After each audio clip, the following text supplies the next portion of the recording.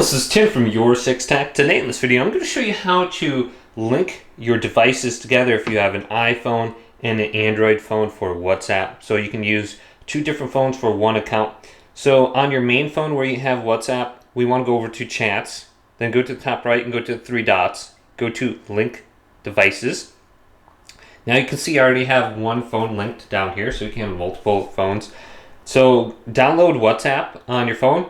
Now you're going to have to log out if you're logged in, and once you get to this page where you can see the phone number, there's going to be three little dots in the top right. Go to Link as Companion Device. Now you can see the QR code. Go back to your main phone, so my Android over to iPhone. Go to Link a Device, scan your fingerprint. Then we just need to go over this and scan it, and it's going to log it in just like this.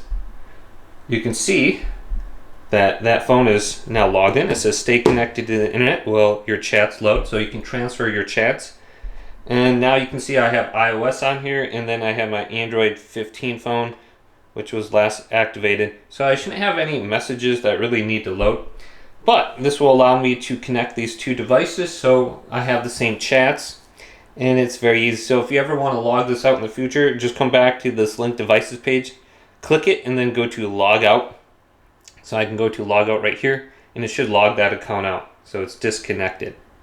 And I can do the same thing with this other phone. So very easy to do. Hopefully this video did indeed help you out. If it did, leave it a big thumbs up and subscribe to my channel down below.